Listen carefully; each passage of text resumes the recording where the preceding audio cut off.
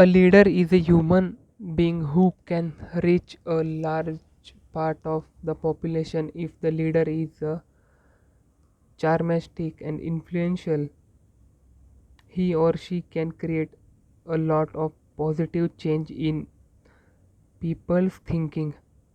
If we are lucky enough to have good leaders at the top, change will happen quickly. Unfortunately, we don't. Given how divided India is, how corruption is acceptable,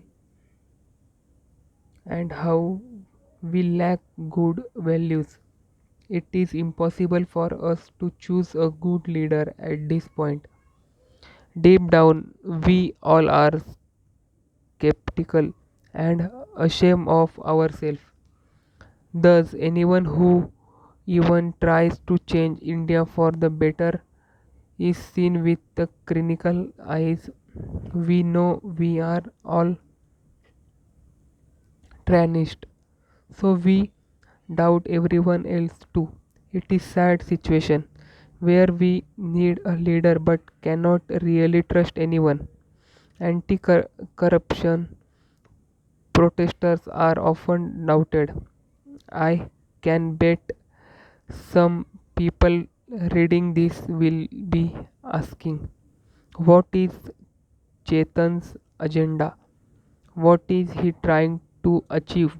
Who is he trying to please? What does he want? In fact, a leader would be left explaining himself or herself rather than doing any work. In this chaos, I feel there is a role for artists. What we lack in leaders can be made up to a certain extent by art and artists.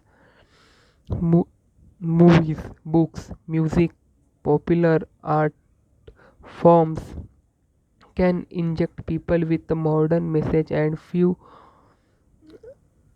new set of Indian values. As a writer with reach, I can at least attempt to present an alternative way of thinking. Sure, I have no authority as a leader or as much power as an official head, yet I have some qualities today what even an senior politician may not have. I have the benefit of being neutral. I am not el- I am not elegant to any political party. Therefore, the criticism is reduced. I also have no political aspiration in the foreseeable future, so that reduces doubt about my selfish interests. I make enough money as I motivational speaker and I am not depend on political pat- patronage. This credibility is priceless in today's time. That combined with reach can make a significant impact on public opinion, and that is where I think my writing can be most influential.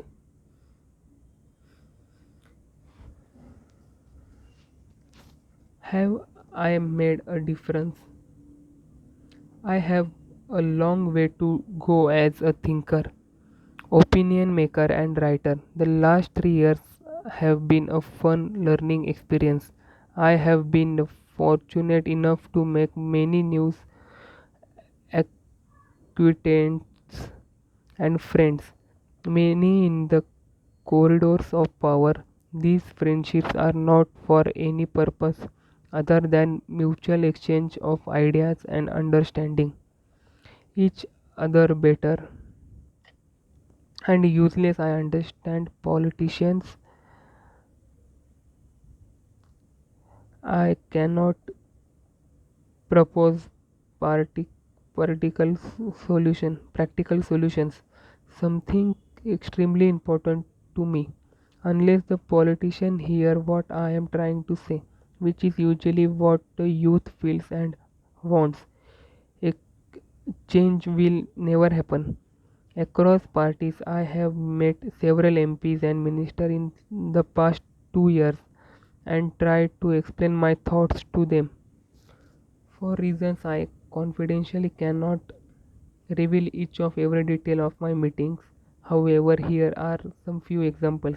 First, a central government minister called me to discuss issues with Air India after I wrote harshly about the airline. He explained his side of the story and promised to take a tough stance. He took a firm position when the airline went on strike. Second, the leader of major political party quoted a piece I would written about the prime minister at the political rally. Third, my writing and the Lokpal bill gave me a chance to meet members of civil society and the government to try and bring about some consequences. Fourth, a senior minister of BJP called me and wrote a detailed letter commenting on the issue I had raised about the party. Fifth, the IAS community congratulated me and circulated an essay I wrote on the need for our babus to have more guts. I don't want to give more examples. I was hesitate to give even the above as it sounds like bargaining. However, that is not the intention. I only mention the above to show you the limited but still significant impact an individual can have even today.